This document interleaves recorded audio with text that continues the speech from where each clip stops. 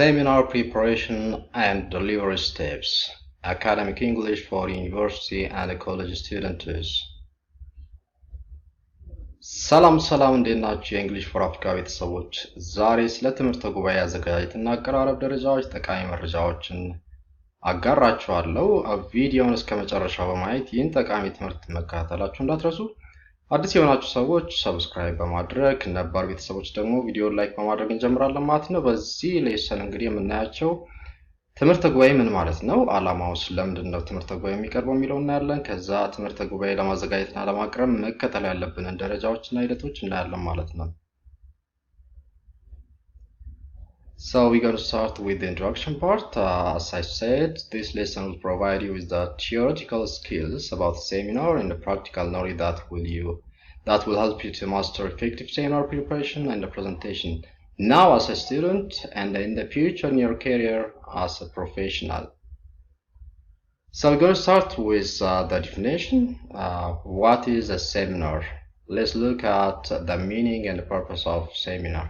እንግዲህ በአማርኛ ትምህርታዊ ብለን ልንተረጉመው እንችላለን ወይም ልንጠራው እንችላለን። ትምህርታዊ ምንድነው የሚለውን መጀመሪያ ላይ So we start with the general definition. A seminar may be defined as a gathering of people for the purpose of discussing a stated topic. ይህ ማለት እንግዲህ ትምህርታዊ በአንድ ወይም ሁለት ሰዎች የሚቀርብ በአንድ ርዕሰ ጉዳይ ላይ ንግግር ካቀረቡ በኋላ ለቀረበው ንግግር ወይም መረጃ ላይ ውይይት የሚካሄድበት የተግባቦት አይነት ነው ብለን ልንፈታው እንችላለን። ይሄ በአጠቃላይ ያለው ትርጉሙ ነው። እንግዲህ ሁለተኛው ዲፊኒሽን ጋር ስንመጣው you're going to see a wider definition. A seminar is a form of academic instruction either at an academic institution or offered by a commercial or professional organization. ይህ ማለት እንግዲህ ትምህርታዊ መመሪያ ለመስጠት በተለያዩ ድርጅቶች ሊካሄድ ይችላል። ትምህርታዊ በሆኑ ድርጅቶች ወይም ኢንስቲትዩሽኖች ወይም የንግድ ባልሆኑ ድርጅቶች ሊሰጥ ይችላል ሊካሄድ ይችላል ማለት ነው። ይሄ seminar and it has the function of bringing together a small groups for recurring meetings, focusing each time on some particular subject in which everyone present is requested to actively participate. እንግዲህ እዚህ ላይ እያንዳንዱ ቦታው ላይ ያለው ሰው የራሱን አስተዋጽኦ ማድረግ አለበት ማለት ነው። ፕሬዘንተሩ ብቻ ፕሬዘንት አድርጎ የሚሄድበት አይነት ኮሚኒኬሽን አይደለም። When it comes to academic definition, a seminar is defined in this way. A seminar is any meeting that a small group of participants, as in a university, engage in advanced study and original research under member of the faculty in the meeting regularly to exchange information and hold discussions.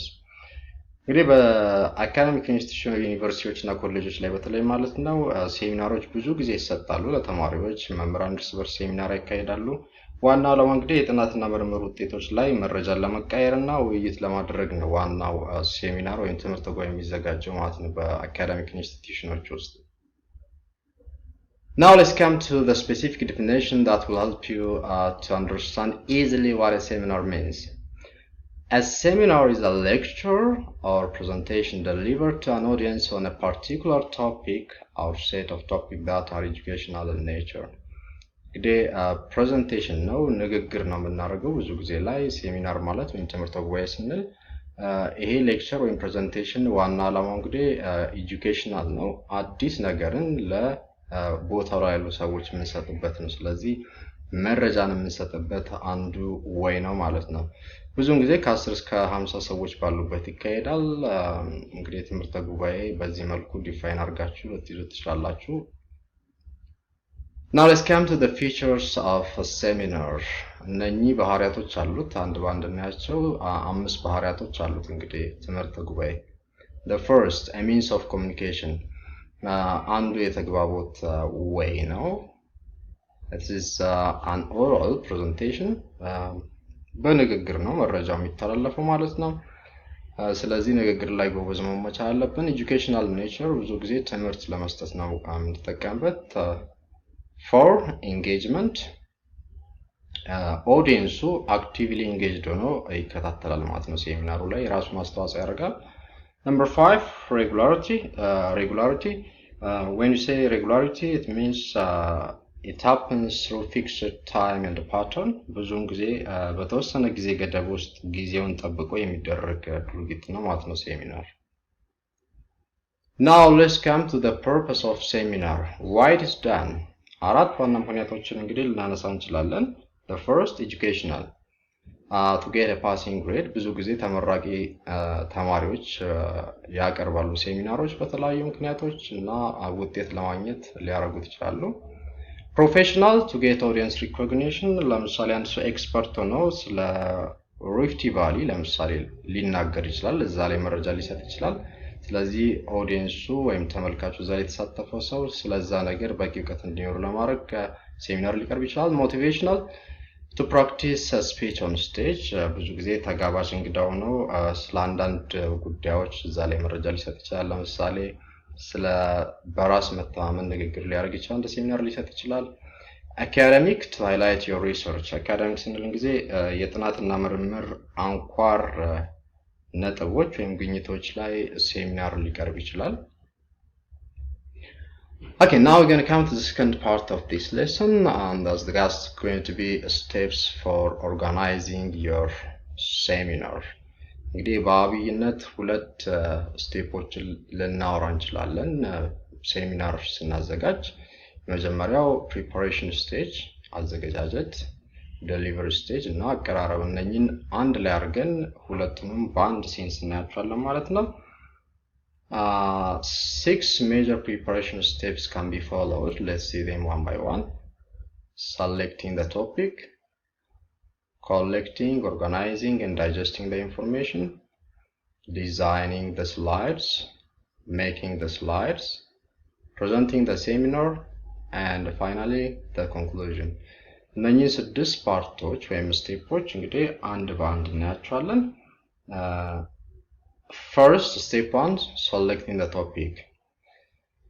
So, the tip is be somewhat familiar or interested in the topic. ስለማናውቀው ነገር ወይም ደግሞ እኛ ስለማንፈልገው ስለማንወደው ነገር ብናቀርብ ጥሩ ፕሬዘንቴሽን ስለማይሆን በተቻለ መጠን በጣም ስለምናውቀውና እኛም ስለምንወደው ነገር ብናቀርብ የተሻለ ነው። The topic must be covered comprehensively within that allotted time period. እንግዲህ መበጥረቅ የለብንም ጊዜ አለን ተብሎ፣ ስለዚህ ተመርጦ ለዛ ኦዲየንስ በሚመጥን ደረጃ ነው መቅረብ ያለበት። So you need to narrow down your topic. መበጥረቅ ስለ እንግዲህ በኔጌቲቭሊ እንዳታዩት በምሳሌ ላስረዳችሁ። ለምሳሌ አፍሪካ ሪፍት ቫሊ በጣም ሰፊ ቶፒክ ነው። እዚህ ውስጥ ገብቶ ማንም መዋኘት የሚችል የለም። It's like an ocean. እንግዲህ ውቅያኖስ ውስጥ መዋኘት የሚችል አሳ ነባሪ ካልሆነ ሰው የለም። ስለዚህ እያጠበብነው እንመጣለን። ከአፍሪካ ወደ ኢትዮጵያ ሪፍት ቫሊ ያመጣሁት ስቲል አሁን በጣም ሰፊ ነው። ሴሚናሮች ብዙ ጊዜ ማክሲመም ከአንድ ሰዓት ከዛ አልፉም። ስለዚህ በጣም መጠንቀቅ አለብን። የኛ ፕሬዘንቴሽን 20-30 ደቂቃ ነው። ከዛ ኦዲየንሱ የራሱን ግባት ስለሚሰጥ ከዛ ከኢትዮጵያ ሪፍት ቫሊ ወደ ኢትዮጵያ ሪፍት ቫሊ ሌክስ ወሰድኩኝ። አሁንም 9 ሀይቆች አሉ ሪፍት ቫሊ ውስጥ ስምጥ ሸለቆ ውስጥ በጣም ሰፊ ነው፣ አልችለውም። ሪፍት ቫሊ ሲቲስ ኤንድ ቮልካኖስ ብዬ መጣሁኝ። ይሄም በጣም ሰፊ ነው። እንግዲህ ሪፍት ቫሊ ውስጥ ያሉ ከተሞችና እሳተ ገሞራዎች በጣም ብዙ ናቸው ኢትዮጵያ ውስጥ። ከዛ ውስጥ ወደ አፋር እጄ ኤርታሌ ቮልካኖን መረጥኩኝ። ኤርታሌ ቮልካኖ በተወሰነ ደረጃ ጥሩ ነው፣ ግን ስቲል አሁንም ይቀረኛል።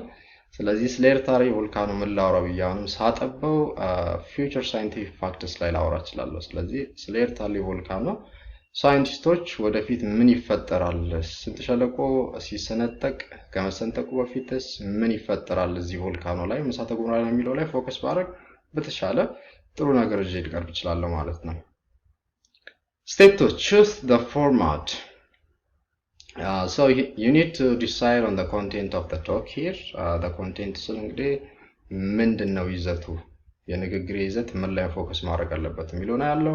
You need to organize the talk with an outline. Outline ስል እንግዲህ ከየት ወዴት እንደሚሄድ የሚረዳኝ ነገር ነው። ለምሳሌ ኤርታሌ ቅድም ወስደናል። እዛ ላይ እንበልና 4 አውትላይኖች ወይም ነጥቦች ላይ ላተኩር እችላለሁ ብዬ ልነሳና ምሳሌ ልስጣችሁ። መጀመሪያ ላይ ባክግራውንድ ኢንፎርሜሽን ስለ ኤርታሌ ያወራለሁ።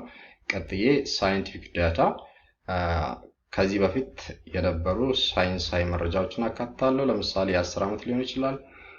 ከዛ ቀጥዬ ፊውቸር ፕሬዲክሽንስ ልመጣ እችላለሁ። ወደፊት ምን ይፈጠራል፣ እሳተ ገሞራ ሳይፈነዳ ማን ስምጥ ሸለቆ ሳይሰነጠቅ ቮልካኖ እሳተ ገሞራ ይፈነዳል አይፈነዳም የሚለውን እዛ ላይ የተወሰነ ማብራሪያ ሳይንቲስቶች ያሉትን በመረጃ ተደግፌ ላስቀምጥ እችላለሁ። መጨረሻ ላይ what needs to be done ስለዚህ ምን መደረግ አለበት የሚለው ላይ አጠንጥኜ ንግግሬን ልቋጭ እችላለሁ። ስለዚህ በዚህ መልኩ አውትላይን አደርጋለሁ። ንግግሬን ስጀምር ይሄንን ኦብቪየስሊ እናገራለሁኝ አንዱ የቢጊኒንግ ፓርት ስለሆነ ማለት ነው። Next, the seminar must have beginning and an end. ይሄ በጣም መሰረታዊ ነው። ብዙውን ጊዜ መጀመሪያና መጨረሻ ላይ ያለው ነገር ብዙ ጊዜ በኦዲየንሱ ስለሚታወስ እዛ ላይ ፎከስ ማድረግ አለብን። ስለ ፎርማት ስናወራ እንግዲህ ሁለት ሜጀር ነገሮችን ኮንሲደር ማድረግ ይገባናል። እዚህ ጋር እስኪ አንድ ባንድ እናያቸው። መጀመሪያ ላይ how to build the concept. ይሄ ኮንሰፕቱን እንዴት ቢልድ አፕ እንደምናደርግ እናያለን። ቀጥለን what type of visual to use ምን አይነት ምስሎች መጠቀም አለብን አጋዥ ምስሎችን የሚለው እናያለን። First, let's start how you can build the concept. What do you want your audience to remember? ይሄን ጥያቄ ራሳችሁን ከጠየቃችሁ the answer will be the start point. So this is how you can build the concept. First, move from least important to more important. Then move from simple to complex. ይሄ ፍሰት በትክክል መቀመጥ አለበት። Try not to cover so many ideas. በጣም ጥርና መጥን ባለ መልኩ መቅረብ አለበት። Focus on what the audience need to know. በጣም አንኳር የሆኑና እዛ ቦታ ላይ ያለው ኦዲየንስ ማወቅ ያለበት መረጃዎች ላይ ብቻ ነው ማተኩረው። Next, don't give too many experimental details. በጣም ብዙ የተወሳሰቡ ኤክስፐሪመንታል ዝርዝሮችን መስጠት የለብኝም ምክንያቱም ቦሪንግ ስለሚሆን። Don't assume the audience know what you mean. እያንዳንዱ ነገር ማብራራት አለብኝ ማለት ነው። ስለዚህ ኦዲየንሱ ያውቃል ብዬ ከዘለልኩት ሌላ ስህተት ሰራለሁ። Next, make transition from one topic to another. ትራንዚሽኖቻችን እንግዲህ ትራንዚሽናል ሲግናልስ እና ወርዶችን ብቻ መጠቀም ሳይሆን እያንዳንዱ ፓርት የሴሚናሩ ፓርት ማለት ነው እርስ በርስ የተያያዘ መሆኖች አለበት። ያንን ካረግን ስሙዝ ትራንዚሽን ይኖራል ማለት ነው።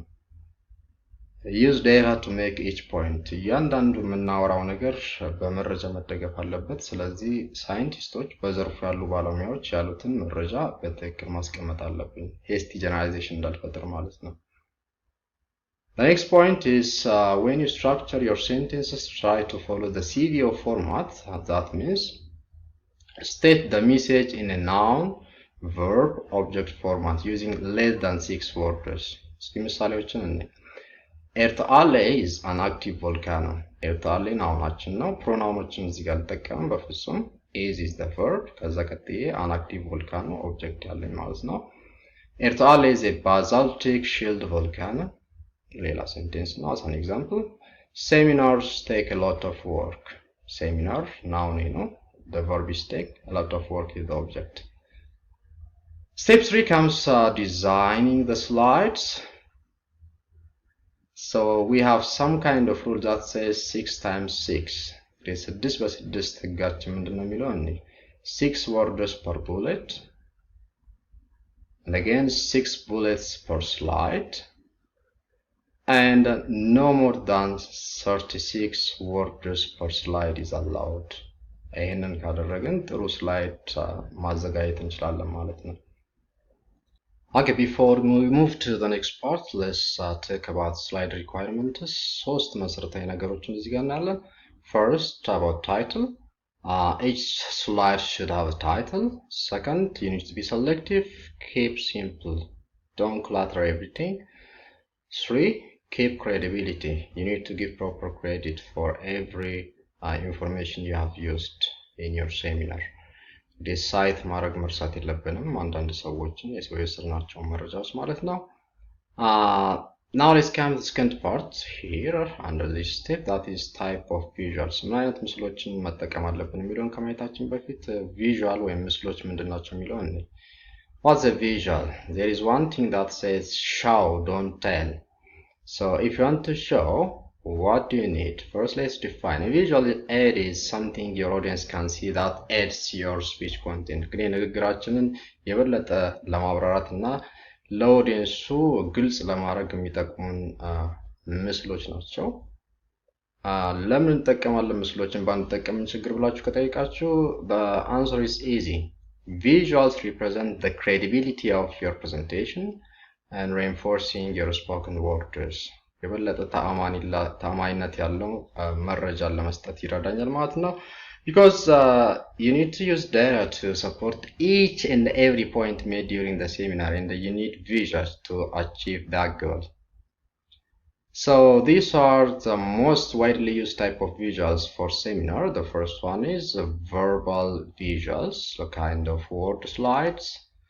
The real thing, that means models, especially natural science. Students must use models to illustrate their point in seminar. Graphs, maps, or flowcharts can be also used. Drawings, for engineering gas need drawings ሊጠቀሙ ይችላሉ. Photographs, social science, natural science students may use photographs to deliver their seminars using visuals.